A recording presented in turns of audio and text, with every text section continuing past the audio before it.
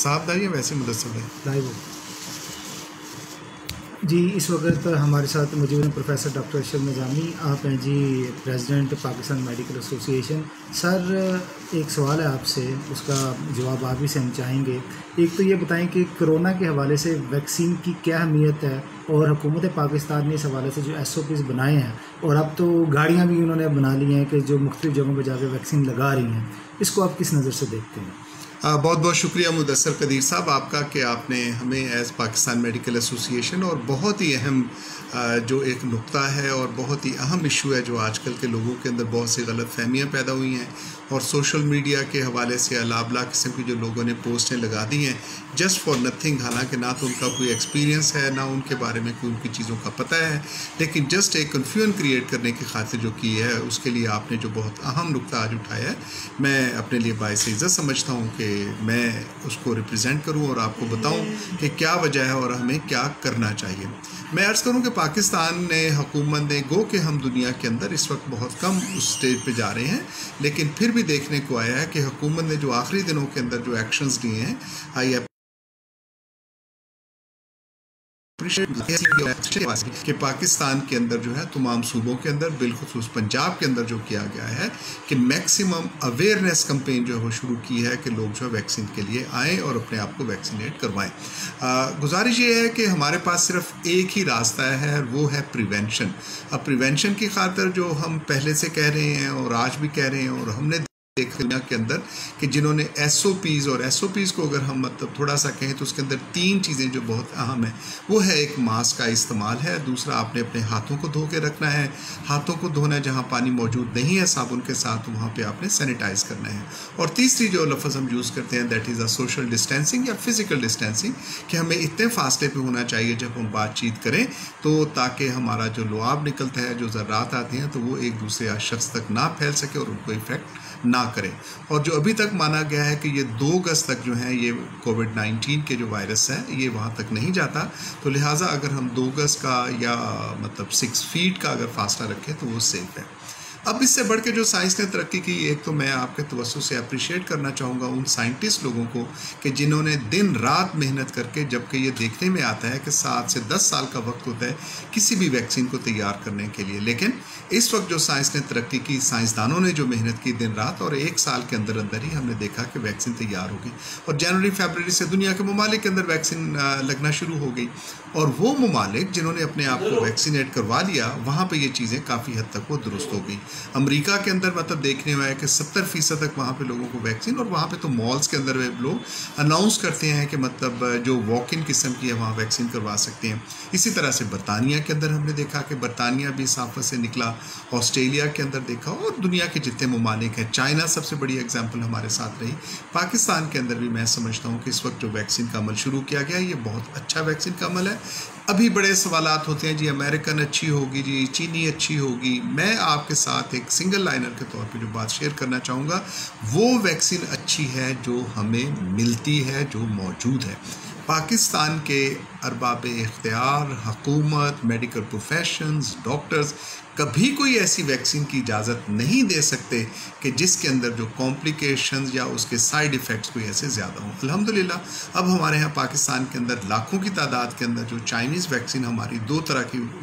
In detail लग रही है, ज़्यादातर उनके कतई तौर पे कोई साइड इफ़ेक्ट्स ऐसी चीज़ें नहीं आई हैं। तो बेखतर बेखौफ होकर हमें वैक्सीन लगवानी चाहिए, और जब हम पूरी तरह से वैक्सीन लगवा लेंगे तो इंशाल्लाह पाकिस्तान भी दुनिया के उन्हीं ममालिक की तरह, उन तरक्की याफ्ता ममालिक की तरह या जो तरक्की के अंदर शामिल है उन मुल्कों के अंदर शामिल होगा, और हमारी जो ज़िंदगी रोज़मर्रा वो सारी की सारी इंशाल्लाह ठीक हो गई। एक तो मैं आप रब्बुल इज़्ज़त का मतलब शुक्र अदा करता हूँ as a citizen of this country कि परवरदिगार ने हमारे ऊपर खसूसी तौर के ऊपर ये रहम किया कि जब पहली वेव आई 2020 के अंदर हमने देखा कि ईरान ये वाले बॉर्डर वहाँ पे मुल्क बहुत बुरी तरह से मुतासर हुए, लेकिन पाकिस्तान ने बावजूद इसके कि हमारी जो कोताहियाँ रहीं उनके बावजूद परवरदिगार ने हमारे ऊपर खसूसी करम रखा। और अभी आपने देखा कि इंडिया की जो 2nd वेव है, हमारे यहाँ जो 3rd वेव है, कि इंडियन वेरिएंट जो वहाँ पे आया है, गो कि हम भी हम भी पाकिस्तान के अंदर मैक्सिमम को पहुंच चुके थे और हमें खदशा था तमाम मतलब मेडिकल की तंजीमों के, खुदा ना करे कि हमारे साथ हालात ख़राब हों। अभी भी मैं कहना चाहूँगा कि अभी परवरदिगार का करम रहा है हमारे ऊपर, लेकिन हमें ये कतई तौर पे नहीं समझ लेना चाहिए कि इस वक्त जो पाकिस्तान के अंदर कोरोना ख़त्म हो चुका, कोरोना कम हुआ है। और जो एक स्पेकुलेशंस या एक्सपेक्टेशंस थी जुलाई अगस्त के महीने फिर हमारे लिए ख़तरनाक हो सकते हैं, तो हमें हुकूमत के इसके साथ और तंजीमों के साथ, मेडिकल तंजीमों के साथ, हमारे हेल्थ एक्सपर्ट्स के साथ हमें उनके ऊपर जो है ये मानना चाहिए और उनके ऊपर अमलदारी करनी चाहिए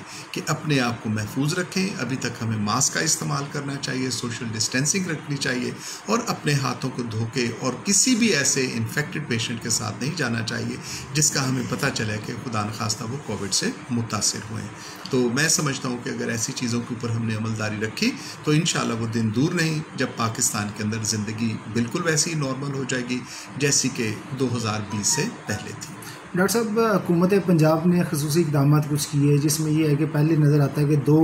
वैक्सीन सेंटर थे,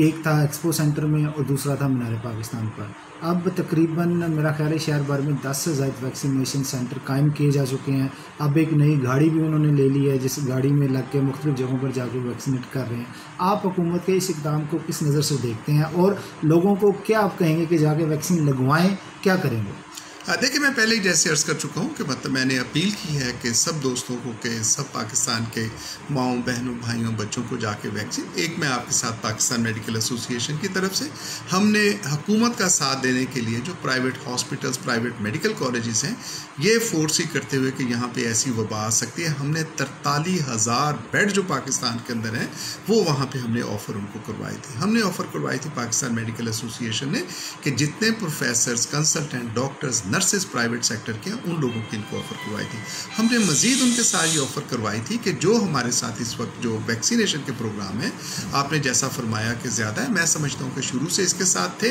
वहाँ पे था नो डाउट कि एक बड़ा वैक्सीन सेंटर है, एक्सपो सेंटर के हवाले से एक बड़ा सेंटर जो उसके साथ किया गया, उसके भी ज़्यादा था मीनार पाकिस्तान के ऊपर जो बना। लेकिन इसके साथ ही जो हमारे जो प्राइवेट इंस्टीट्यूशंस हैं, मैं समझता हूँ कि आज भी वो हाजिर हैं। हुकूमत को चाहिए कि उनको ऑन बोर्ड ले और मैक्सिमम वैक्सीनेशन। और दूसरा मैं हुकूमत के साथ आपके ताई ये कहना चाहूँगा कि जब हुकूमत ने एज लिमिट्स के साथ कर रहे थे तो हमने एज़ पाकिस्तान मेडिकल एसोसिएशन और आपके इस खाकसार ने एज़ अशरफ निज़ामी